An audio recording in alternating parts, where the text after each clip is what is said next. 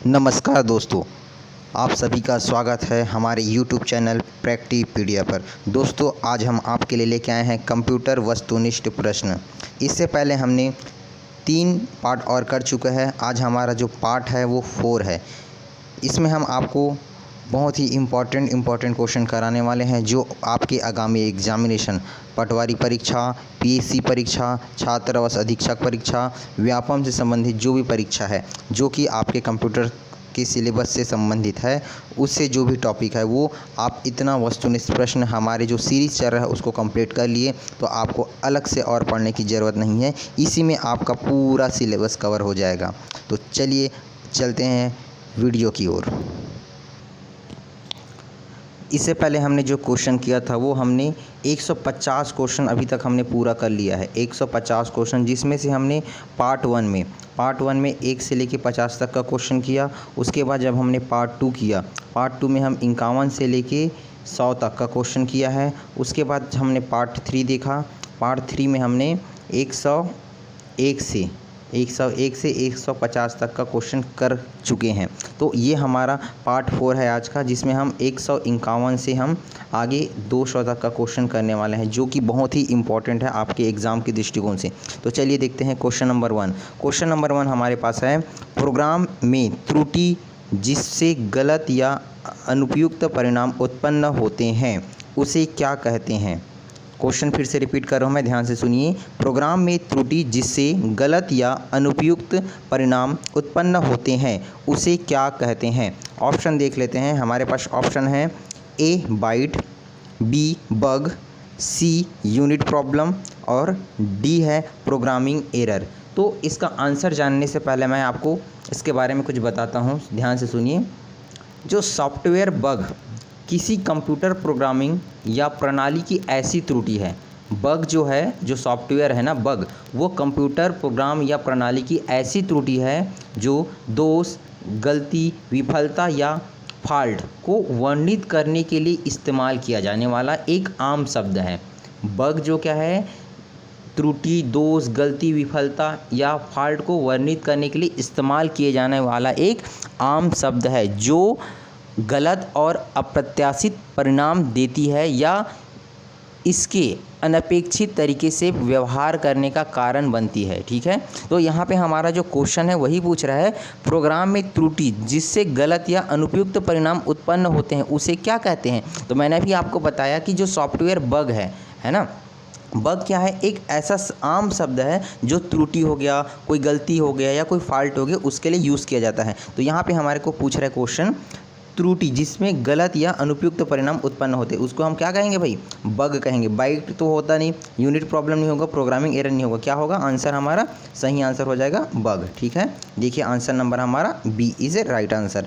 Next question number 152, software का प्राथमिक उद्देश्य डाटा को किससे बदलना है।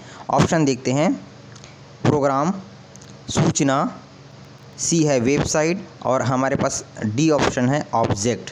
ठीक है, सॉफ्टवेयर का प्राथमिक उद्देश्य डाटा को किससे बदलना है, तो इसका सही आंसर हो जाएगा सूचना। क्या हो जाएगा, सूचना is a right answer. Answer देख लेते हैं, answer number B is a right answer. Next question की ओर चलते हैं। क्वेश्चन नंबर 153, सॉफ्टवेयर कोड में त्रुटियां ढूंढने की एक प्रक्रिया है। सॉफ्टवेयर कोड में त्रुटि ढूंढने की एक प्रक्रिया है, तो क्या प्रक्रिया है। हमारे पास ऑप्शन है टेस्टिंग, बी दिया है डिबगिंग, सी दिया हुआ है कंपाइलिंग और डी है रनिंग। ठीक है, तो इसका आंसर हो जाएगा ऑप्शन नंबर बी। ठीक है, जो सॉफ्टवेयर कोड में त्रुटि ढूंढने की जो प्रक्रिया है उसे क्या कहते हैं, डिबगिंग कहते हैं। क्या कहते हैं, डिबगिंग, याद रखिएगा। तो हमारा आंसर क्या हो जाएगा, ऑप्शन आंसर नंबर बी। ठीक है, चलिए next question, question number 154। Question number 154 हमारे पास है, कंप्यूटर की भौतिक बनावट कहलाती है। जो कंप्यूटर की भौतिक बनावट है ना, तो मतलब उसको हम जैसे मैंने इससे पहले जब हार्डवेयर और सॉफ्टवेयर पढ़ाया था तो बताया था कि जैसे मनुष्य का शरीर है, तो मनुष्य शरीर क्या है, एक हार्डवेयर है, और जो उसकी आत्मा है वो क्या है, सॉफ्टवेयर है, ये मैंने बताया था। तो यहाँ पे कंप्यूटर की भौतिक बनावट, जैसे आदमी की भौतिक बनावट मतलब उसकी शरीर, उसको शरीर को क्या बोलते हैं, हार्डवेयर, है ना। तो कंप्यूटर की भौतिक बनावट मतलब कंप्यूटर का जो शरीर क्या है उसका हार्डवेयर ही है ना। ठीक है, तो हार्डवेयर को ही बोला जाएगा। देखते हैं ऑप्शन क्या है हमारे पास। ऑप्शन है सॉफ्टवेयर, बी दिया हुआ है हार्डवेयर, सी है कीबोर्ड और डी है मॉनिटर। तो क्या हो जाएगा आंसर इसका? बहुत ही ईजी है। क्या हो जाएगा आंसर नंबर बी? क्या हो जाएगा? Hardware. Hardware is a right answer. ठीक है, चलिए नेक्स्ट क्वेश्चन की ओर चलते हैं। क्वेश्चन नंबर 155, डॉस का पूरा नाम क्या है? डॉस का पूरा नाम क्या है? तो ऑप्शन देख लेते हैं। चलो ऑप्शन देखने से पहले मैं आपको डॉस के बारे में बताता हूँ। डॉस का पूरा नाम क्या होता है? Disc operating system. क्या होता है? डिस्क ऑपरेटिंग सिस्टम है, क्योंकि इस ऑपरेटिंग सिस्टम में ज़्यादातर कमांड डिस्क, हार्ड डिस्क या फिर फ्लॉपी डिस्क से संबंधित होता है। किससे संबंधित होता है? ऑपरेटिंग सिस्टम में ज़्यादातर जो कमांड है वो हार्ड डिस्क या फ्लॉपी डिस्क से संबंधित होता है, याद रखिएगा। इस प्रकार की ऑपरेटिंग सिस्टम विंडो से पहले के सिस्टम में उपयोग किया जाता है। जैसे अभी तो विंडो यूज़ कर रहे हैं, लेकिन इससे पहले जो ऑपरेटिंग सिस्टम यूज़ करते थे ना, उसमें डॉस का यूज़ किया जाता है। तो इसका ऑप्शन देख लेते हैं। ऑप्शन क्या दिया हमारे पास? Disk operating system. Option number B है डिस्क ऑफ सिस्टम, सी दिया है डिवाइस ऑपरेटिंग सिस्टम और डी है हमारे पास डोर ऑपरेटिंग सिस्टम। तो अभी मैंने बताया क्या हो जाएगा, what is the full form of DOS? DOS बोलिए, disk operating system. Very good. क्या हो जाएगा answer number A, disk operating system. ठीक है, चलिए आगे बढ़ते हैं नेक्स्ट क्वेश्चन की ओर। क्वेश्चन नंबर हमारे पास है 156। इसमें विषम शब्द है। अब यहाँ पे ऑप्शन देखना पड़ेगा, इसमें विषम शब्द क्या है। पहला दिया हुआ है MS डॉक्स, दूसरा दिया हुआ है एक्सेस। ठीक है, आगे देखते हैं यूनिक्स। उसके बाद जो चौथा नंबर है वो है विंडोज़ 98। तो यहाँ पे देखिए MS डॉक्स, एक्सेस, यूनिक्स और विंडो 98। तो मैं आपको बताना चाहूँगा MS हो गया, एक्सेस हो गया और ये MS हो गया, यहाँ पे दिख रहा है आपको MS और यूनिक्स और विंडो, ये सब क्या है? एक ऑपरेटिंग सिस्टम है। क्या है? एक ऑपरेटिंग सिस्टम है। ठीक है, तो यहाँ पे बचा क्या? एक्सेस। एक्सेस क्या हो जाएगा इसका? अलग वर्ड हो जाएगा, मतलब विषम शब्द क्या होगा इसमें? एक्सेस होगा। क्या हो जाएगा? विषम शब्द एक्सेस। ठीक है, तो इसका राइट आंसर क्या हो जाएगा? Option number B. ठीक है, चलिए आगे बढ़ते हैं नेक्स्ट क्वेश्चन। क्वेश्चन नंबर हमारे पास है 157। यूनिक्स का विकास कब हुआ? यूनिक्स का विकास कब हुआ? ठीक है, तो यूनिक्स के बारे में हमने पढ़ा था इससे पहले। ठीक है, तो ऑप्शन देखने से पहले हम इसके बारे में जान लेते हैं। यूनिक्स अधिकृत ड्रेन मार्क। यूनिक्स कभी कभी छोटे कैपिटल अक्षर के साथ यूनिक्स भी लिखा जाता है ना, जैसे यहाँ पे मैं बता देता हूँ, जैसे यूनिक्स ऐसा लिखा जाता है यूनिक्स को। ठीक है, और कभी कभी क्या होता है, इसको स्मॉल लेटर में भी लिखते हैं ऐसा यूनिक्स। ठीक है, तो इसमें कन्फ्यूजन है, दोनों का मतलब एक ही है। एक कंप्यूटर परिचालन तंत्र है, और ये जो है यूनिक्स क्या है? एक कंप्यूटर परिचालन, कंप्यूटर को चलाने वाला है ना, जैसे रेलगाड़ी को चलाने वाला होता है ना ड्राइवर, वैसे क्या है यूनिक्स एक ड्राइवर है, परिचालन तंत्र है। ठीक, यह मूल रूप से जो यूनिक्स है वो मूल रूप से 1969 में, याद रखिएगा 1969 में बेल प्रयोगशाला में, कहाँ पे? बेल प्रयोगशाला में,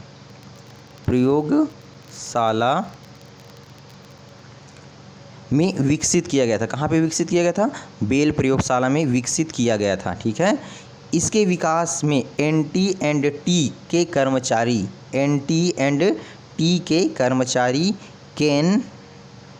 केन थॉम्सन। ठीक है, केन थॉम्सन, और इसमें थे डेनिस रिची। ठीक है, और एक और थे ब्रियन कैर्गिनम, डोगसम मैक्लेरिन और जो ओशाना आदि लोग शामिल थे। ठीक है, इसमें बेल प्रयोगशाला में जब यूनिक्स का विकास हुआ उसमें। ठीक है, तो हमारे पास यहाँ पे बोल रहा है यूनिक्स का विकास कब हुआ, तो मैंने भी बताया कब हुआ यूनिक्स का विकास। देखते हैं ऑप्शन 1960, 1965, 1969, 1975। तो बताइए चलिए कब हुआ?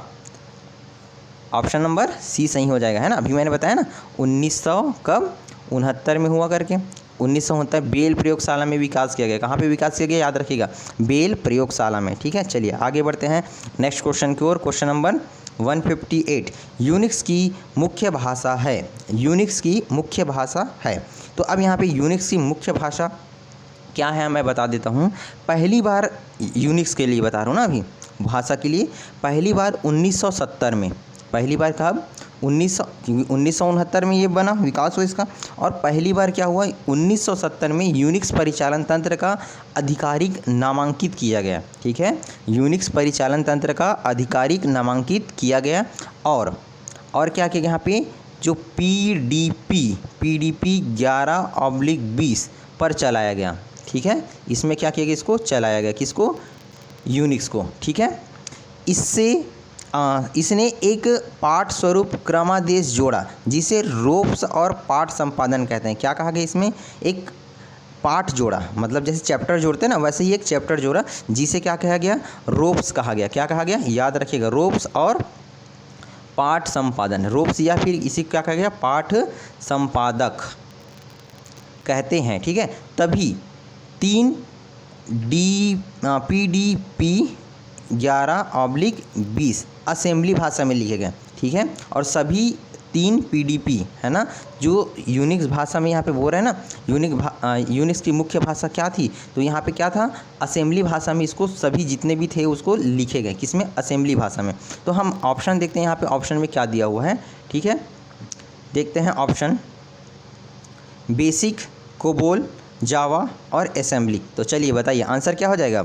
अभी तो आप सीख गए ना, बताइए आंसर क्या हो जाएगा। Option number D, assembly. क्या हो जाएगा, ऑप्शन नंबर डी, असेंबली से राइट आंसर। ठीक है, मैं आपको सिर्फ एक क्वेश्चन को रटवाना ऐसा काम नहीं कर रहा हूँ, मैं आपको कोशिश कर रहा हूँ कि आप कोई भी टॉपिक आए उससे आपको डीपली नॉलेज हो, ताकि आपके एग्ज़ाम में अगर कोई भी क्वेश्चन पूछे, घुमा के पूछे, तो भी आपको उसका आंसर देने आना चाहिए। ठीक है, थोड़ा सा टाइम लगेगा, लेकिन आप वीडियो को अंत तक बने रहें। मैं कोशिश करूंगा हर क्वेश्चन को आपको डीपली समझाऊं और आप तक उसका जो भी विश्लेषण निकलता है उसको पहुंचाऊं। ठीक है, चलिए नेक्स्ट क्वेश्चन में चलते हैं। क्वेश्चन नंबर 159, कंप्यूटर में काम करने के लिए किस सॉफ्टवेयर का प्रयोग किया जाता है। कंप्यूटर में काम करने के लिए किस सॉफ्टवेयर का प्रयोग किया जाता है। तो चलिए ऑप्शन देखते हैं, क्या दिया हमारे पास, एप्लीकेशन, सिस्टम, प्रोग्राम और पैकेज। तो इस पर कंप्यूटर पर काम करने के लिए कौन सा सॉफ्टवेयर यूज़ किया जाता है, एप्लीकेशन सॉफ्टवेयर यूज़ किया जाता है। क्या किया जाता है, एप्लीकेशन सॉफ्टवेयर को यूज़ किया जाता है, याद रखिएगा। ठीक है, तो इसका आंसर हो जाएगा option number A, application. Answer देख लेते हैं, answer number A is a right answer. ठीक है, नेक्स्ट क्वेश्चन की ओर चलते हैं। क्वेश्चन नंबर 60, अभी तक आपने हमारे चैनल को सब्सक्राइब नहीं किया है तो सब्सक्राइब कर लीजिए, बेल आइकन को दबा लीजिए, ताकि हम जब भी वीडियो डालें आप तक डायरेक्ट पहुंचे। ठीक है, नेक्स्ट क्वेश्चन की ओर चलते हैं। क्वेश्चन नंबर 160, कौन सा सॉफ्टवेयर कंप्यूटर के हार्डवेयर को नियंत्रित करता है। कौन सा सॉफ्टवेयर कंप्यूटर के हार्डवेयर को नियंत्रित करता है, बोल रहा है हार्डवेयर को, ध्यान से सुनिए, हार्डवेयर को नियंत्रित करता है। तो ऑप्शन देखते हैं, system software, application software, program और डी है मेमोरी। तो मैं आपको बता देना चाहता हूँ, जो सिस्टम सॉफ्टवेयर है वो क्या होता है, हार्डवेयर को नियंत्रित करता है। तो ऑप्शन नंबर क्या हो जाएगा, A is a right answer. क्या हो जाएगा, सिस्टम सॉफ्टवेयर। ठीक है, चलिए नेक्स्ट क्वेश्चन की ओर चलते हैं। क्वेश्चन नंबर 161, कंपाइलर कंप्यूटर की किस प्रकार की भाषा है। कंपाइलर कंप्यूटर की किस प्रकार की भाषा है। ठीक है, तो कंपाइलर को अनुभाषक भी बोलते हैं। क्या बोलते हैं कंपाइलर को, आप लोग याद रखिएगा, अनुभाषक। ठीक है, कंपाइलर को और क्या कहा जाता है, अनुभाषक कहा जाता है। तो अनुभाषक एक या अधिक संगणक क्रमादेशों का समुच्चय होता है। तो जो अनुभाषक होता है वो क्या होता है, एक या फिर एक से अधिक संगणक। संगणक मतलब क्या, कंप्यूटर। ठीक है, हिंदी में कंप्यूटर को क्या बोलते हैं, संगणक, है ना। तो जो अनुभाषक है या कंपाइलर है वो एक या एक से अधिक कंप्यूटर का क्रमादेशों का समुच्चय होता है, जो किसी उच्च स्तरीय कंप्यूटर भाषा में लिखे प्रोग्राम को किसी दूसरी कंप्यूटर भाषा में बदल देता है। ठीक है, उच्च स्तरीय कंप्यूटर भाषा में लिखे, ध्यान सुनिए, उच्च स्तरीय कंप्यूटर भाषा में लिखे प्रोग्राम को दूसरे कंप्यूटर में बदल देता है। कौन, कंपाइलर। तो यहाँ पे ऑप्शन देखते हैं, कंपाइलर की कंप्यूटर किस प्रकार की भाषा है। तो निम्न स्तरीय, दूसरा दिया है उच्च स्तरीय, तीसरा है पास्कल भाषा, चौथा है कोबोल भाषा। चलिए बताइए आप लोग, अब मैं आपको टाइम दे रहा हूँ सिर्फ 5 सेकंड का। 1 2 3 4 5। मेरे ख्याल से आपने सोच लिया होगा, क्या होगा आंसर बताइए। उच्च स्तरीय भाषा भी मैंने बताया ना, उच्च स्तरीय भाषा। ठीक है, इसका आंसर क्या हो जाएगा, ऑप्शन नंबर, ये थोड़ा सा प्रिंट मिस्टेक है, याद रखिए आप लोग। ये ऑप्शन नंबर यहाँ पे बी आएगा, उच्च स्तरीय भाषा। ठीक है, कंपाइलर उच्च स्तरीय भाषा होगा। आगे बढ़ते हैं नेक्स्ट क्वेश्चन की ओर। Question number 162। ठीक है, 162 में हमारे पास दिया है कंप्यूटर में प्रयोग के लिए बाजार में बिकने वाले प्रोग्राम को क्या कहते हैं। कंप्यूटर में उपयोग के लिए बाजार में बिकने वाले प्रोग्राम को क्या कहते हैं। बाजार से जो हम प्रोग्राम खरीदते हैं या जो भी सॉफ्टवेयर खरीदते हैं उसे हम क्या कहते हैं। ऑप्शन देखते हैं, software package, software program, software system, software भाषा, क्या कहते हैं बताइए। तो हम जब बाज़ार से खरीदते हैं उसको क्या बोलते हैं, सॉफ्टवेयर पैकेज कहते हैं। क्या कहते हैं, सॉफ्टवेयर पैकेज। ठीक है, याद रखिएगा क्या बोलते हैं, सॉफ्टवेयर पैकेज। ठीक है, ऑप्शन नंबर ए सही आंसर होगा इसका, सॉफ्टवेयर पैकेज। नेक्स्ट क्वेश्चन चलते हैं, क्वेश्चन नंबर 163। यूनिक्स की विशेषता क्या है। यूनिक्स की विशेषता क्या है। ऑप्शन दिया है जॉनसन, केन थॉमसन और रमावर्थ कैथरीन और रॉड फेंसन। ठीक है, तो यहाँ पे देखो क्वेश्चन पूछ कुछ रहा है और यहाँ पे ऑप्शन में कुछ आपको और दिख रहा है, लेकिन ऐसा ही आता है। ठीक है, अब आप कंफ्यूजिंग हो रहा भाई, इसमें पूछ रहा है विशेषता और यहाँ पे कोई वैज्ञानिक है, कोई भी साइंटिस्ट का नाम दिया है ना। तो मैं इसको आपको बताता हूँ। यूनिक्स की जो मुख्य विशेषता होती है, एक तो होती है बहु उपयोगकर्ता प्रणाली है, जहाँ समान संसाधन को विभिन्न उपयोगकर्ताओं द्वारा साझा किया जाता है। ठीक है, दूसरा तो ये है कि यह मल्टीटास्किंग, जो यूनिक्स है वो मल्टीटास्किंग प्रदान करता है, जिसमें प्रत्येक उपयोगकर्ता एक ही समय में कई प्रतिक्रियाओं को निष्पादन कर सकता है। ठीक है, ये इसकी विशेषता है, लेकिन हमारे पास ऑप्शन में से दे दिया है। तो यहाँ पे जो केन थॉमसन है, याद रखिएगा केन थॉमसन है, वो यूनिक्स की विशेषता से संबंधित है। ठीक है, जो यहाँ पे साइंटिस्ट है या जो व्यक्ति यहाँ पे दिख रहा है केन थॉमसन, वो किससे संबंधित है, यूनिक्स की विशेषता से। जब उसकी विशेषता बनाई गई होगी तो इस टाइम इनका योगदान रहा है। ठीक है, तो इसमें ऑप्शन डालेंगे केन थॉमसन। ठीक है, नेक्स्ट क्वेश्चन की ओर चलते हैं, इसका आंसर देख लो, ऑप्शन नंबर बी है। ठीक है, नेक्स्ट क्वेश्चन की ओर चलते हैं, क्वेश्चन नंबर 164। क्वेश्चन नंबर 164 हमारे पास है, कंप्यूटर की असेंबली भाषा में लिखे गए प्रोग्राम को मशीनी भाषा में बदलने का काम करता है। कंप्यूटर की असेंबली भाषा में लिखे गए प्रोग्राम को मशीनी भाषा में बदलने का काम करता है। तो कौन करता है भाई बताइए। चलिए ठीक है, मैं बताता हूँ।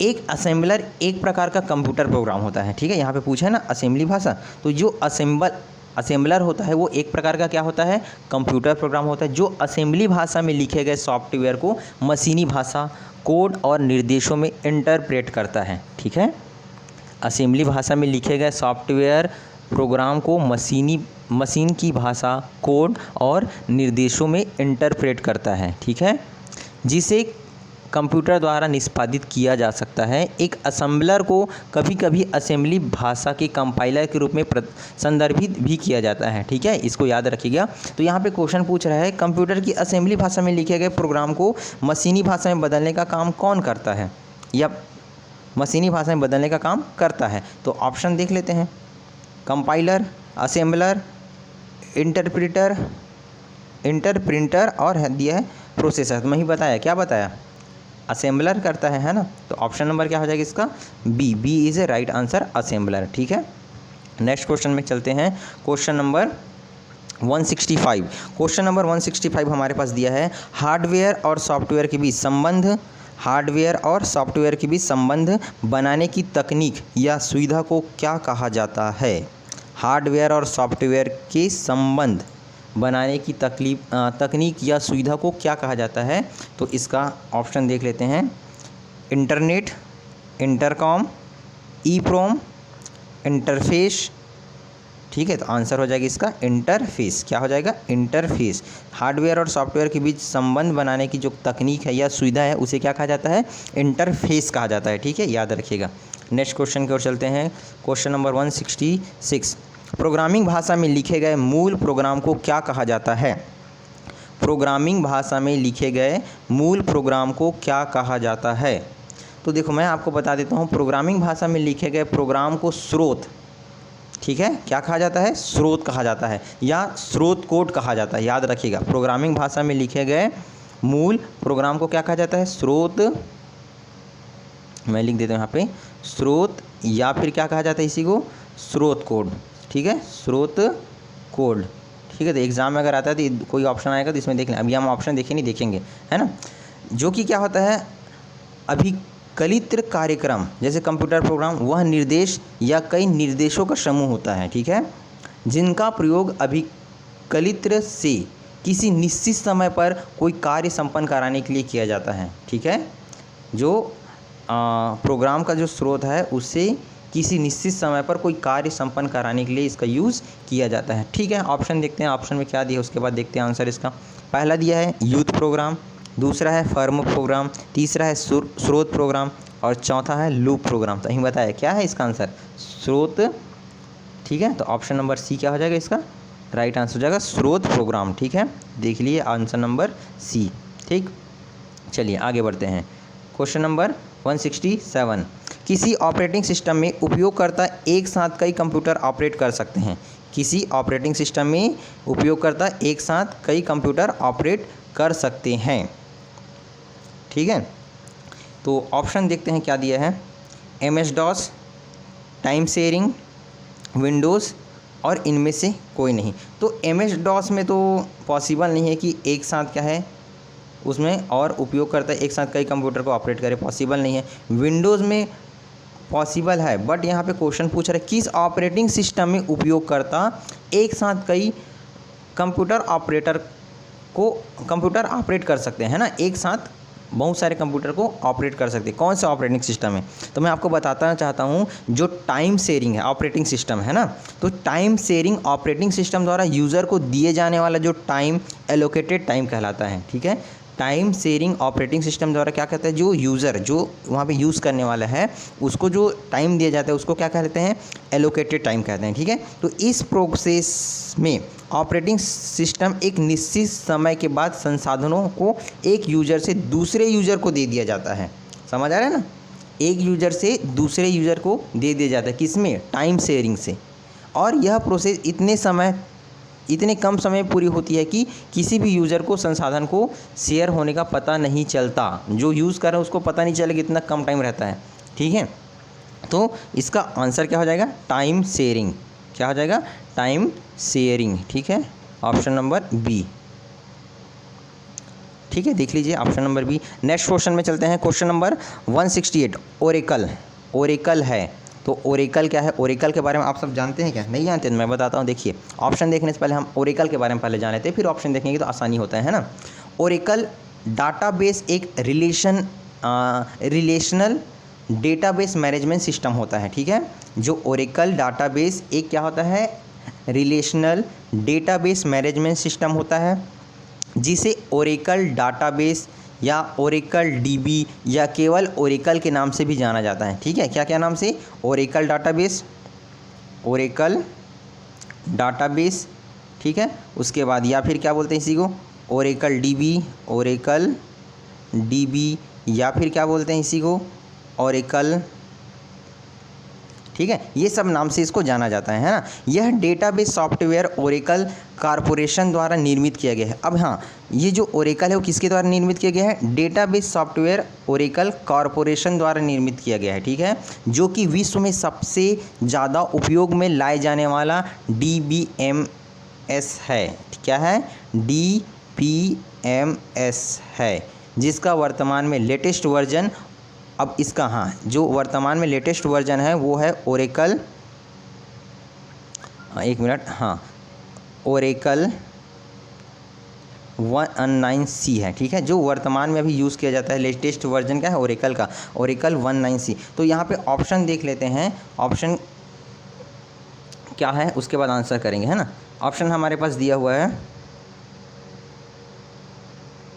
ऑपरेटिंग सिस्टम, डाटाबेस सॉफ्टवेयर, शब्द संसाधन सॉफ्टवेयर और डी है इनमें से कोई नहीं। तो चलिए बताइए आप लोग क्या हो जाएगा इसका आंसर, अभी मैंने बताया ना, ऑप्शन नंबर हो जाएगा बी, डाटाबेस सॉफ्टवेयर। ठीक है, क्या हो जाएगा, डाटाबेस सॉफ्ट। चलिए नेक्स्ट क्वेश्चन की ओर चलते हैं।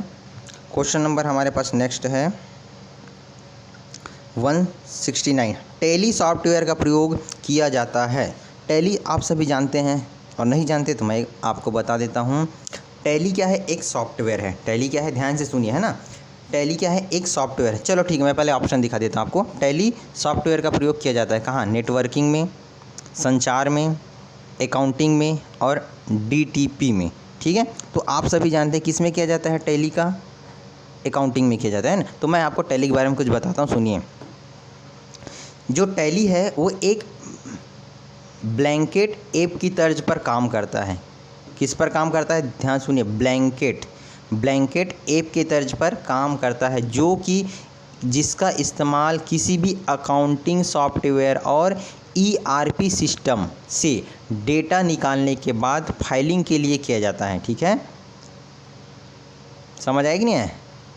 जो टैली है वो क्या है, एक ब्लैंकेट ऐप की तर्ज पर काम करता है, जो कि जिनका इस्तेमाल किसी भी अकाउंटिंग सॉफ्टवेयर या ईआरपी सिस्टम डेटा निकालने के बाद फाइलिंग के लिए किया जाता है। ठीक है, जो जीएसटी है, जनरल जीएसटी, इस सॉफ्टवेयर को एसएजी सॉफ्टवेयर की ओर तैयार किया गया है। जेन जीएसटी असीमित ग्राहक को ई फाइलिंग की सुविधा प्रदान करता है। ठीक है, जो जेन जीएसटी है वो क्या करता है, असीमित ग्राहक, असीमित मतलब जिसकी कोई सीमा नहीं है, मतलब बहुत सारे ग्राहक को क्या करती है, ई फाइलिंग की सुविधा प्राप्त करती। कौन, जेन जीएसटी। जेन जीएसटी कैसे लिखते हैं ना, जनरल जीएसटी बोल सकते इसको, जीएसटी। तो ये भी क्या है, अकाउंटिंग का ये सॉफ्टवेयर है। ठीक है, जो कि ई फाइलिंग की सुविधा प्रदान करता है। क्या करता है, ई फाइलिंग की, है ना। और तो यहाँ पे हमारे पास पूछा गया है टैली, तो टैली का संबंध किससे हो जाएगा, अकाउंटिंग से हो जाएगा। आंसर क्या आ जाएगा, ऑप्शन नंबर सी, अकाउंटिंग। ठीक है, नेक्स्ट क्वेश्चन की ओर चलते हैं। क्वेश्चन नंबर 170 हमारे पास है, CDA का तात्पर्य है। CDA का क्या तात्पर्य है, ऑप्शन देख लेते हैं, फटाक से आंसर देते हैं इसका।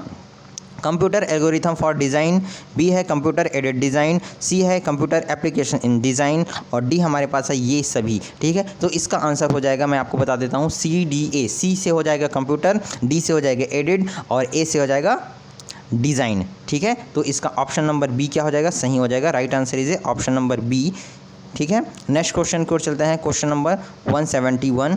क्वेश्चन नंबर 171 है, रिज्यूम बनाने के लिए किस सॉफ्टवेयर का उपयोग किया जाता है। जैसे बायोडाटा रिज्यूम है ना, जो भी जॉब के लिए जाते हैं तो रिज्यूम बनाते हैं, तो वो उसके लिए कौन सॉफ्टवेयर का यूज़ किया जाता है। देखिए, तो पहला है पेज मेकर, दूसरा है MS वर्ड, तीसरा है जावा डी और चौथा हमारे पास है ए और बी। तो पेज मेकर से भी हम रिज्यूम बना सकते हैं भाई, वहाँ पे टाइपिंग ही तो करना है ना, तो पेज मेकर से बना सकते हैं, MS DOS से बना सकते हैं। जावा एक सॉफ्टवेयर है तो सॉफ्टवेयर से नहीं बना सकते। ठीक है, तो आंसर क्या हो जाएगा हमारे पास, ए और बी दोनों हो जाएगा। ठीक है, लेकिन आप लोग क्या करते हो, जैसे अभी क्वेश्चन आता है तो MS वर्ड से बनाते हैं करके इसमें ऑप्शन में टिक लगा आ जाते हैं, लेकिन भाई पेज मेकर से भी हम टाइप कर सकते हैं, तो उससे भी टाइप करके प्रिंट निकाल सकते हैं। क्योंकि पेज मेकर में हम क्या करते हैं, कोई भी फ्लैक्स हो गया, कोई पोस्टर वगैरह बनाते हैं ना, तो भाई इसमें भी हम क्या कर सकते हैं, टाइपिंग तो रिज्यूम बना सकते हैं, बायोडाटा बना ही जा सकता है। तो ए और बी दोनों आएगा। ठीक है, आंसर हो जाएगा option number D, A and B. आगे बढ़ते हैं नेक्स्ट क्वेश्चन की ओर। क्वेश्चन नंबर है 172। MS वर्ड किसका उदाहरण है, MS वर्ड, ठीक है, माइक्रोसॉफ्ट वर्ड है, वो किसका उदाहरण है। तो ऑप्शन देख लेते हैं, application software, operating system, compiler और रनिंग प्रोग्राम। तो इसका आंसर हो जाएगा option number A, application software. ठीक है, नेक्स्ट क्वेश्चन की ओर चलते हैं। Question number 173। क्वेश्चन नंबर 173 हमारे पास है, किसी प्रोग्राम के मानव द्वारा पठनीय वर्णन को क्या कहा जाता है। मानव द्वारा पठनीय वर्णन को क्या कहा जाता है, देखिए यहाँ पे, जिसको हम मनुष्य द्वारा पढ़ा जा सके। Program code, source code, human code और सिस्टम कोड। तो देखिए, मानव द्वारा, मनुष्य के द्वारा कौन किसको पढ़ा जाए, सोर्स कोड को पढ़ा जा सकता है क्या, नहीं पढ़ा जा सकता, कि वो कंप्यूटर ही पढ़ेगा। ह्यूमन कोड को पढ़ा जा सकता है क्या, इसको भी नहीं पढ़ सकते। सिस्टम कोड को पढ़ सकते हैं क्या, इसको भी नहीं पढ़ सकते। तो किसको पढ़ सकते हैं भाई, प्रोग्राम कोड को, जो प्रोग्राम के लिए कोडिंग किए हैं उसको मनुष्य द्वारा पढ़ा जा सकता है। तो आंसर क्या हो जाएगा, ऑप्शन नंबर ए सही आंसर हो जाएगा। नेक्स्ट क्वेश्चन की ओर चलते हैं। Question number 174। एक बार में एक एस्टिमेट की कन्वर्ट और एग्जीक्यूटिव करता है। एक बार में एक एस्टिमेट को कन्वर्ट और एग्जीक्यूट करता है, कौन करता है, देखते हैं ऑप्शन, इंटरप्रेटर, कंपाइलर, कन्वर्टर और है इंटरेक्शन। ठीक है, तो इसका आंसर हो जाएगा option number A, option number A, interpreter. ठीक है, नेक्स्ट क्वेश्चन की ओर चलते हैं। क्वेश्चन नंबर 175, पहले से चल रहे कंप्यूटर को रीस्टार्ट करना क्या कहलाता है? जैसे कोई कंप्यूटर चल रहा है उसको फिर से रीस्टार्ट कर दिए तो क्या कहलाएगा वो? ऑप्शन देखते हैं, बूटिंग, स्टार्टिंग, रीबूटिंग और सेकंड स्टार्टिंग। अब पहले से कोई कंप्यूटर चल रहा है उसको फिर से रीस्टार्ट करें तो आप सोचिए क्या बोलेंगे, जल्दी सोचिए। कोई कंप्यूटर चालू है उसको फिर से रीस्टार्ट करें तो उसको क्या कहेंगे? अब आप लोग सोच रहे होंगे सेकंड रीस्टार्टिंग, क्योंकि पहले बार स्टार्ट हो चुका है तो दूसरे में सेकंड रीस्टार्टिंग करेंगे, है ना, जो कि गलत है। ठीक है, कोई भी अगर कंप्यूटर चल रहा है उसको फिर से स्टार्ट कर रहे हैं, इसका मतलब क्या हो जाएगा? वो रीबूटिंग कहलाएगा। क्या कहलाएगा? रीबूटिंग। ऑप्शन नंबर डी इसका, सी इसका सही आंसर हो जाएगा, रीबूटिंग। ठीक है, आगे बढ़ते हैं नेक्स्ट क्वेश्चन की ओर। क्वेश्चन नंबर 176, पोस्ट का पूरा नाम क्या है? पोस्ट का पूरा नाम क्या है? अब पोस्ट क्या होता है देखिए, यहाँ पे पोस्ट ऑफिस वाला पोस्ट नहीं बोल रहा हूँ, कंप्यूटर में पोस्ट ना, तो power on self test. Post का जो पूरा नाम है वो क्या है? Power on self test. ठीक है, power on self test power को लागू करने के तुरंत बाद चलने वाली दिनचर्या को संदर्भित करता है ये। ठीक है, लगभग सभी इलेक्ट्रॉनिक उपकरण द्वारा पोस्ट को एक बिल्ट इन डायग्नोस्टिक प्रोग्राम है जो आपके हार्डवेयर को क्या करेगा? सुनिश्चित करने के लिए जांचता है कि वह सब कुछ मौजूद है और ठीक से काम कर रहा है, इससे पहले कि BIOS वास्तविक बूट शुरू करे। ठीक है, जो वॉइस है वो वास्तविक बूट शुरू करे, इससे पहले क्या करता है? वो जांचता है, मतलब एक डॉक्टर है, चेक करता है ये। ठीक है, कि सब चीज़ सही से चल रहा है कि नहीं चल रहा है, मतलब पोस्ट एक बिल्ट इन डायग्नोस्टिक प्रोग्राम है। ठीक है, डायग्नोस्टिक प्रोग्राम है। डायग्नोस्टिक समझते हैं ना भाई, जहाँ पे हम जांच कराते हैं अपने शरीर का कोई बीमारी का, तो वैसे ही कंप्यूटर की डायग्नोस्टिक क्या होगा? पोस्ट होगा। ठीक है, तो पोस्ट का पूरा नाम क्या है? Power on self test. अब देखते हैं option, program on self test दूसरा देखते हैं, प्रोग्राम ऑन सिस्टम टेस्ट नहीं है ये भी, पावर ऑन सेल्फ टेस्ट ये देखो यहीं पे मिल गया हमको ना, ऑप्शन नंबर सी यहाँ पे दिख गया, पावर ऑन सेल्फ टेस्ट। ठीक है, ये गायब हो जा रहा है बार बार, चलो ठीक है, पावर ऑन सेल्फ टेस्ट, तो इसको हम टिक लगा लेते हैं। लास्ट ऑप्शन देखते हैं, पावर ऑन सिस्टम टेस्ट नहीं, क्या होता है? पावर ऑन सेल्फ टेस्ट होता है पोस्ट का पूरा नाम, तो आंसर क्या हो जाएगा इसका? Answer number C, power on self test. Next question की ओर चलते हैं। क्वेश्चन नंबर 177, लाइनेक्स किस किस्म का सॉफ्टवेयर है? लाइनेक्स किस किस्म का सॉफ्टवेयर है? लाइनेक्स के बारे में मैंने बहुत कुछ पढ़ा है, तो ऑप्शन देखते हैं, ओपन सोर्स है, प्रॉपराइटर है, उसके बाद है शेयरवेयर है और है हिडन टाइप है। तो क्या है बताइए? ओपन सोर्स जब हमने पढ़ा था ना बुक में, इससे पहले जब पढ़े थे, वीडियो देखे थे ओपन सोर्स सिस्टम के बारे में, वहाँ पे पढ़े थे कि जो लाइनेक्स है वो क्या है? ओपन सोर्स है। ठीक है, तो ऑप्शन नंबर इसका हो जाएगा A is a right answer. Next question, question number 178, जब एक कंप्यूटर में दो प्रोग्रामर लगाए जाते हैं तो उसे क्या कहते हैं? अब एक कंप्यूटर है लेकिन प्रोग्रामर कितने हैं वहाँ पे? दो है, तब उसको क्या कहेंगे बताइए? ऑप्शन देखते हैं, parallel processing, double processing, duplicate processing और सीक्वेंशियल प्रोसेसिंग। तो पहले तो आप आंख बंद करके इसको हटा दो, डबल ऐसा नहीं कि इसमें पूछा है दो तो डबल लगा दिए, डुप्लीकेट भी नहीं करना है। ठीक है, तो अब बचा गया हमारे पास पैरेलल और सीक्वेंशियल। ठीक है, तो जब एक साथ दो लोग को काम करें मतलब क्या होगा? समांतर है, तो क्या हो जाएगा आंसर नंबर इसका ए, पैरेलल प्रोसेसिंग। ठीक है, option number A is a right answer. Next question की ओर चलते हैं। क्वेश्चन नंबर 179, मेन फ्रेस या सुपर कंप्यूटर में एक्सेस के लिए यूज़र अक्सर क्या उपयोग करते हैं? मेन फ्रेस या सुपर कंप्यूटर में एक्सेस के लिए यूज़र अक्सर क्या उपयोग करते हैं? ऑप्शन है डेस्कटॉप, दूसरा है टर्मिनल, तीसरा है हैंडहेल्ड, चौथा है नोड। तो इसका आंसर हो जाएगा ऑप्शन नंबर बी, टर्मिनल। किसका यूज़ करते हैं? टर्मिनल का। ठीक है, आंसर क्या हो जाएगा? बी हो जाएगा। नेक्स्ट क्वेश्चन की ओर चलते हैं। क्वेश्चन नंबर 179 के बाद है 180, किस टोपोलॉजी में नेटवर्क कंपोनेंट एक ही केबल से कनेक्ट किए जाते हैं? कौन सा टोपोलॉजी है जिसमें नेटवर्क कंपोनेंट एक ही केबल में कनेक्ट किए जाते हैं? ऑप्शन देखते हैं, मेश, दूसरा है रिंग, तीसरा है बस और चौथा है स्टार। तो आज अभी हमने इसके बारे में नहीं सुना, इसके बारे में सुना है, स्टार होता है लेकिन इसके बारे में भी उतना जाते। लेकिन बस क्या होता है? कोई भी नेटवर्क को जोड़ने का काम बस से ही करते हैं, जो वायरिंग रहता है उससे हम बस कहते हैं ना भाई, जो भी वायरिंग हुआ है कंप्यूटर सिस्टम में। तो यहाँ पे आंसर क्या आ जाएगा? ऑप्शन नंबर सी, बस। ठीक है, नेक्स्ट क्वेश्चन, क्वेश्चन नंबर है 181। नियमों का एक सेट है, नियमों का एक सेट है। तो नियमों का एक सेट क्या है देखते हैं। डोमेन, URL, रिसोर्स और चौथा है प्रोटोकॉल। तो इसका आंसर हो जाएगा ऑप्शन नंबर डी। ठीक है, नियमों मतलब कोई नियम, मतलब उसी को हम क्या बोलते हैं, प्रोटोकॉल फॉलो नहीं किया ऐसा बोलते हैं ना, कोई नियम को तोड़ देता है तो नियमों का जो एक सेट है उसे हम क्या कहेंगे, प्रोटोकॉल कहते हैं। जैसे प्रधानमंत्री के लिए एक प्रोटोकॉल होता है, कोई आता है तो उसके लिए पूरा पहले से फिक्स रहता है सब चीज़, वैसे ही कंप्यूटर में भी होता है। ठीक है, तो क्या कहते हैं, नियमों का जो एक सेट होता है उसे क्या कहते हैं, प्रोटोकॉल कहते हैं। चलिए नेक्स्ट क्वेश्चन की ओर चलते हैं। Question number 182। उस नेटवर्क टोपोलॉजी को क्या नाम है जिसमें प्रत्येक संभावित नोड की द्विदिशीय कड़ियाँ है। ऑप्शन देख लेते हैं, ट्री, दूसरा है स्टार, तीसरा है हमारे पास मेस और चौथा है रिंग। अब यहाँ पे क्वेश्चन को पहले समझ लो, क्या बोल रहा है क्वेश्चन, उस नेटवर्क टोपोलॉजी का क्या नाम है, उस नेटवर्क टोपोलॉजी का क्या नाम है जिससे जुड़ता है उसे कहते हैं, हम बस कह देते हैं, लेकिन उस नेटवर्क टोपोलॉजी का नाम बताओ जिससे प्रत्येक संभावित नोड में द्विदिशीय कड़ियाँ होती है। ठीक है, तो नेटवर्क टोपोलॉजी में बताता हूँ मैं आपको कि जो टोपोलॉजी के प्रत्येक कंप्यूटर को नोड या फिर लिंक स्टेशन कहा जाते हैं। ठीक है, जो टोपोलॉजी के प्रत्येक कंप्यूटर को क्या कह देते हैं, नोड या लिंक स्टेशन। ठीक है, टोपोलॉजी यहाँ पे शब्द यूज हुआ ना, तो क्या कहते हैं इसको, लिंक या नोड। ठीक है, लिंक स्टेशन या नोड।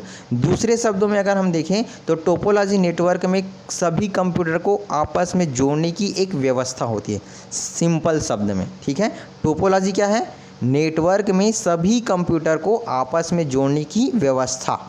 यहाँ पे टोपोलॉजी वर्ड का मतलब क्या है समझ लीजिए अच्छा से। ठीक है, ये आंसर आ गया, चलो ठीक है, इसको पीछे कर लेते हैं।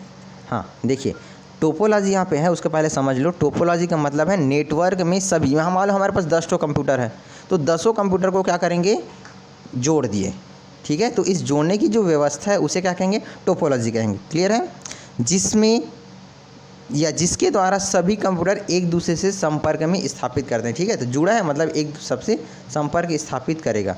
ठीक, तो अब यहाँ पे इसका आंसर क्या हो जाएगा, क्वेश्चन पूछा कुछ और है, मैं यहाँ पे टोपोलॉजी देख के आपको बताया कि टोपोलॉजी को क्या कहा जाता है। ठीक है, उस नेटवर्क टोपोलॉजी का क्या नाम है जिसमें प्रत्येक संभावित नोड की द्विदिशीय कड़ियाँ होती है, तो उसको बोलते हैं मेस। क्या बोलते हैं, मेस बोलते हैं। ठीक है, आंसर नंबर हो जाएगा C, mess. Next question, question number 183, किसका लघु रूप है। अब ये क्वेश्चन थोड़ा सा अधूरा लग रहा है मेरे को, प्रिंट मिस्टेक हो गया है। यहाँ पे आप लोग लिख लीजिए LAN, है ना, लैन। लैन किसका लघु रूप है। लैन का मतलब क्या होता है पहले ये बता लेते हैं यार, है ना। या चलो ऑप्शन देख लेते हैं, लैन किसका लघु रूप है, large area network, local area nodes, large area nodes और उसके बाद है लोकल एरिया नेटवर्क। ठीक है, तो मैं आपको बता देता हूँ, 2 या 2 से जो अधिक कंप्यूटर पैन का नेटवर्क लैन है। ठीक है, 2 या 2 से अधिक कंप्यूटर का जो नेटवर्क होता है उसे ही क्या कहते हैं, लैन। मतलब 2 या 2 से ज़्यादा कंप्यूटर अपने में जुड़ा हुआ है उसे क्या कहेंगे, लैन। और जो लैन का पूरा नाम है लोकल एरिया नेटवर्क होता है। क्या होता है, L से लोकल, A से एरिया और N से क्या हो जाएगा, network.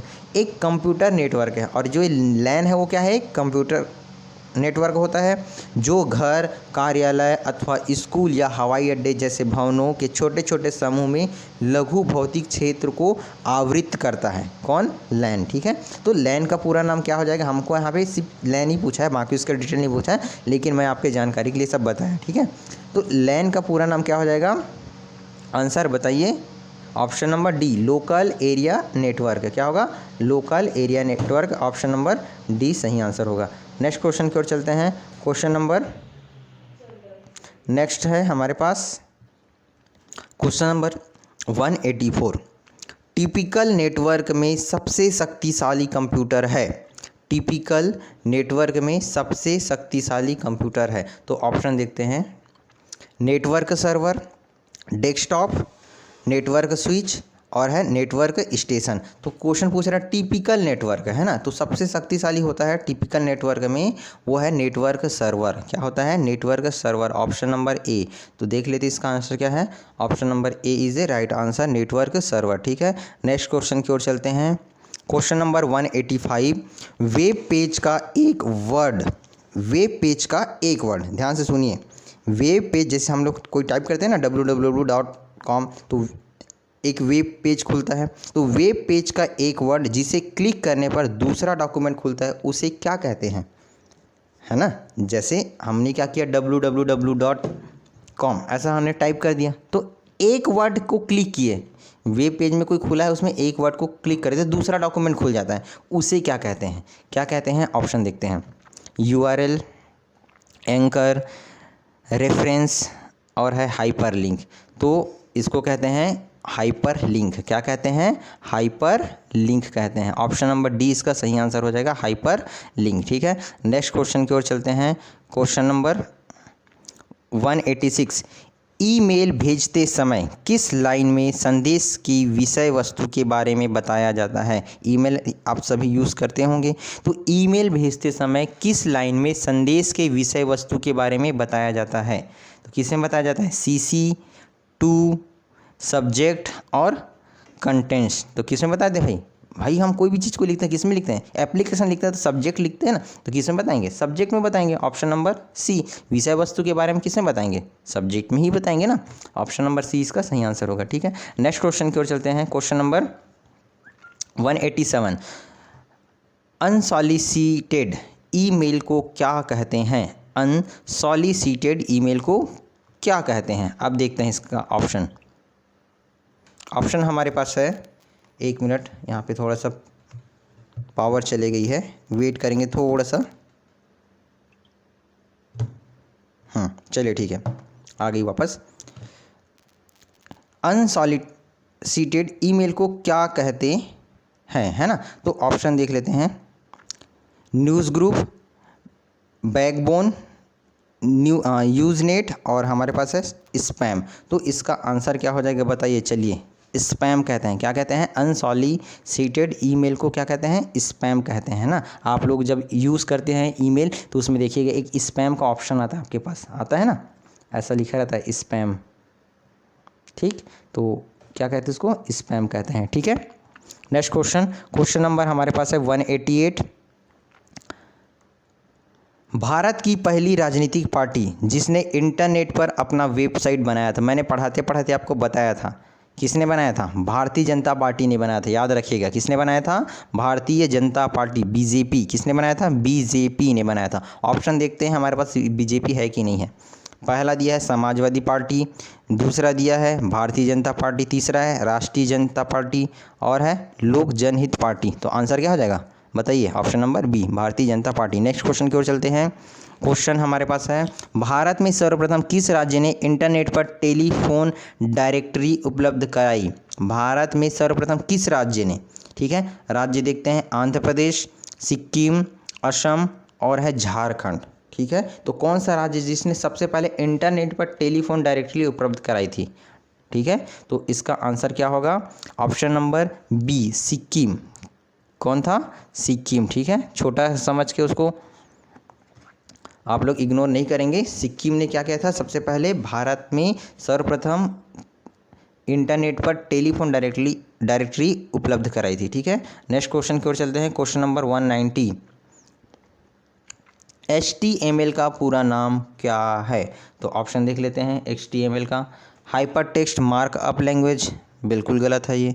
Hyper text markup language, उसके बाद देखते हैं हाइपर टेक्स्ट मेल लैंग्वेज और है हाइपर टेक मेल लैंग्वेज। तो इसका फुल फॉर्म क्या हो जाएगा बोलिए?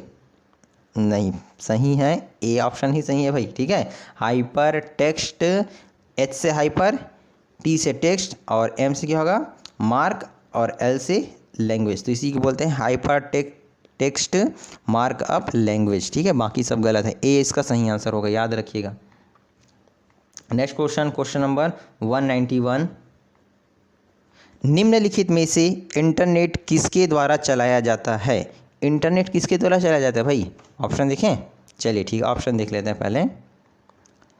VSNL, IETF, इंटर NIC, इनमें से कोई नहीं। तो अभी तक आप लोग इंटरनेट चलाए हो, बताओ कहीं पे आप सुने हो क्या? VSNL सुने हैं? नहीं ना। IETF सुने हैं? नहीं सुने हैं। इंटरनेट NIC ये सुने हैं? इंटर NIC सुने क्या? नहीं। तो सीधी सी बात है, इसका आंसर क्या हो जाएगा? इनमें से कोई नहीं। इंटरनेट किस में चलाते हैं भाई? गूगल में चलाते हैं, क्रोम में चलाते हैं, है ना, इंटरनेट एक्सप्लोरर में चलाते हैं, मोजिला ऐप में चलाते हैं, UC ब्राउज़र में चलाते हैं, ये सब में नहीं चलाते हैं भाई। ठीक है, तो आंसर क्या हो जाएगा? Option number D. ठीक, नेक्स्ट क्वेश्चन की ओर चलते हैं। क्वेश्चन नंबर है 192। जो डिवाइस दो या दो से अधिक नेटवर्क को जोड़ता है उसे क्या कहते हैं, या उसे क्या कहा जाता है? जो डिवाइस दो या दो से अधिक नेटवर्क को जोड़ता है उसे क्या कहा जाता है? ऑप्शन है बस, रोडवे, गेटवे और पाथवे। तो बताइए, हमने कई बार कर चुका है इसको, क्या कहते हैं? जो डिवाइस दो या दो से अधिक नेटवर्क को जोड़ता है उसे क्या कहा जाता है? गेटवे कहा जाता है। क्या कहा जाता है? याद रखिएगा, बस छोड़ने का काम नहीं करता। बस क्या कहता है? वो पाथ है, एक रास्ता है। ठीक है, बस के द्वारा क्या होती है? वो गुजरती है। लेकिन जोड़ने का काम के लिए क्या होगा? गेटवे। क्या आ जाएगा? Option number C, gateway. ठीक है, नेक्स्ट क्वेश्चन की ओर चलते हैं। Question number 193। HTTP का उपयोग करती है। HTTP का उपयोग कौन करती है? Web page. उसके बाद देखते हैं, दूसरा है सर्वर, तीसरा है वर्कशीट, चौथा है वर्कबुक। तो आंसर क्या आ जाएगा? Web page. HTTP, हम जब कोई भी देखते हैं, वेबसाइट देखते हैं, तो उसमें ऐसा लिखा रहता है ना, HTTP:// इस टाइप से कुछ रहता है। तो किस लिए होता है? वो वेब पेज के लिए ही होता है। ठीक है, तो ऑप्शन, इसका आंसर क्या हो जाएगा? आंसर हो जाएगा इसका ए। नेक्स्ट क्वेश्चन की ओर चलते हैं। क्वेश्चन नंबर है हमारे पास 194। www प्रोटोकॉल का उपयोग करता है। www, और www का पूरा नाम क्या है? वर्ल्ड। बताइए। चलिए ठीक, इसको हम छोड़ देते हैं आपके लिए, होमवर्क है। www का पूरा नाम आपको ढूंढना है, ठीक है, और हमको कमेंट करके बताना है।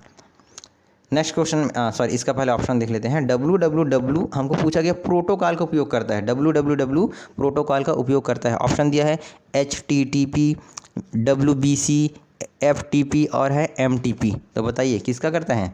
HTTP का ही करेगा, क्योंकि www क्या है? एक सर्च ब्राउज़र है ना, मतलब सर्चिंग इंजन है बोलते इसी को। ठीक है, आगे बढ़ते हैं। तो इसका आंसर क्या हो जाएगा? आंसर हो जाएगा आंसर नंबर ए, HTTP। Next question, question number 195। कोई वेबसाइट एक्सेस करने पर सबसे पहले जो पेज या मेल पेज दिखाई पड़ता है उसे क्या कहते हैं? क्वेश्चन फिर से सुनिए। कोई वेबसाइट एक्सेस करने पर सबसे पहले जो पेज या नेम पेज दिखाई पड़ता है उसे क्या कहते हैं? ठीक है, ऑप्शन देखते हैं। Master page, home page, first page और है बैनर पेज। तो बताइए आंसर क्या हो जाएगा? Home page. बिल्कुल सही, आपने सही सोचा। क्या हो जाएगा? होम पेज होगा। ठीक है, क्योंकि हमने मास्टर पेज आज तक सुना नहीं, फर्स्ट पेज भी नहीं बोलते, बैनर पेज भी नहीं बोलते, होम पेज, लेकिन होम पेज बोलते हैं ना अक्सर। और सामने हम कोई भी चीज़ खोलते हैं तो होम पेज ही दिखता है हमको। ठीक, आगे बढ़ते हैं। Next question, question number 196। Computer को इंटरनेट में जोड़ने में मदद करता है। कंप्यूटर को इंटरनेट में जोड़ने में मदद करता है। कौन मदद करता है? नेटफिट, ब्राउज़र, केबल, ये सभी। तो क्या करेगा इसका answer? Option number B, browser. ठीक है, ब्राउज़र जो है वो जोड़ने में मदद करता है। ठीक है, नेक्स्ट क्वेश्चन की ओर चलते हैं। Question number 197। ORG का संबंध किस क्षेत्र से है? ORG का संबंध किस क्षेत्र से है? तो देखिए, ORG ऑप्शन देखते हैं। गैर व्यावसायिक है ना, पहला क्या दिया हुआ है? गैर व्यावसायिक। दूसरा दिया हुआ है शिक्षा, तीसरा है संगठन, चौथा हमारे पास है व्यावसायिक। तो इसका आंसर हो जाएगा ORG। ORG समझते हो ना, ऑर्गेनाइजेशन।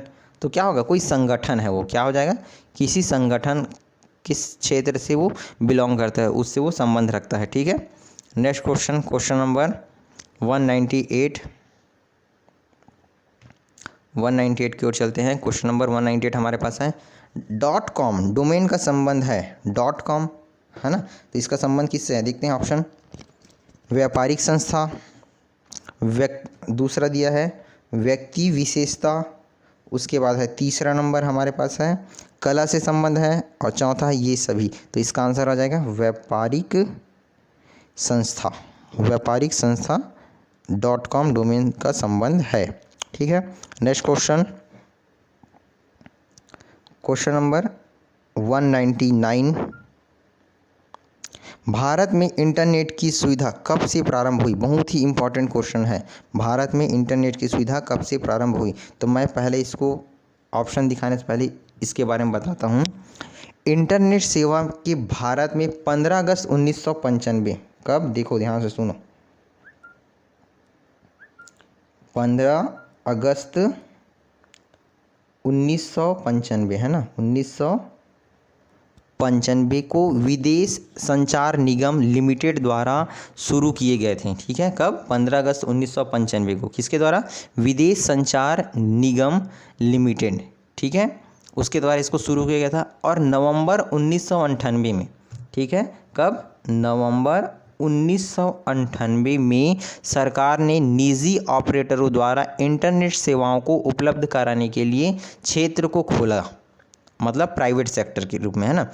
एक दृश्य के साथ एक उधार लाइसेंस शासन जगह में डाल दिया गया था, जो कि देश भर में इंटरनेट की पहुंच को बढ़ाया। ठीक है, तो सबसे पहले क्या आया? कब? 1995 में विदेश संचार लिमिटेड द्वारा शुरू किया गया, लेकिन नवंबर 1998 में सरकार ने निजी ऑपरेटर द्वारा इंटरनेट सेवाओं को उपलब्ध कराने के लिए क्षेत्र को खोल दिया। ठीक है, तो ऑप्शन देखते हैं यहाँ पे क्या दिया है। 1992, 1993, 1994, 1995। तो बताइए क्या हो जाएगा आंसर इसका? अभी हमने बताया ना 1995। तो भारत में सबसे पहले इंटरनेट की सुविधा कब से प्रारंभ हुई? 1995, ऑप्शन नंबर डी। क्योंकि 1995 15 अगस्त 1995 में ही विदेश संचार लिमिटेड द्वारा ही इसकी शुरुआत की गई थी। ठीक है, तो 1995 इसका राइट आंसर होगा। आगे बढ़ते हैं, this is our last question. ठीक है, पार्ट 4 का ये हमारा आखिरी क्वेश्चन है। आपने अभी तक हमारे चैनल को सब्सक्राइब नहीं किया है तो हमारे चैनल को सब्सक्राइब करिए, लाइक करिए, शेयर करिए और अपने दोस्तों को मोटिवेट करिए कि आप अपनी गवर्नमेंट जॉब की तैयारी प्रैक्टिपीडिया से करें। ठीक है, चलिए ठीक है, लास्ट क्वेश्चन देखते हैं। 2000 वेबसाइट का एड्रेस निम्नलिखित में से कहलाता है। वेबसाइट का एड्रेस निम्नलिखित में से कहलाता है। ठीक है, 200वां नंबर हमारा क्वेश्चन है, मैं उनको पढ़ दिया था, सॉरी। वेबसाइट का एड्रेस निम्नलिखित में से कहलाता है, तो क्या कहलाता है देखते हैं। User ID, user address, URL और ये सभी। तो क्या कहलाता है बताइए?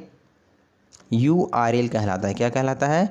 URL। ठीक है ना, क्या हो जाएगा? URL। ऑप्शन नंबर इसका हो जाएगा C is a right answer. ठीक है, ऑप्शन नंबर C इसका सही आंसर है। URL वेबसाइट का एक एड्रेस कहलाता है। ठीक है, थैंक यू फॉर वॉचिंग। आपको हमारा वीडियो कैसा लगा? अच्छा लगा है तो कमेंट करके बताइए, अच्छा लगा होगा तो लाइक करिए, नहीं तो डिसलाइक करिए। अगर अच्छा नहीं लगा तो कोई दिक्कत नहीं है। ठीक है, अपने दोस्तों को भी शेयर करिए। मिलते हैं अगले वीडियो में, तब तक के लिए गुड नाइट।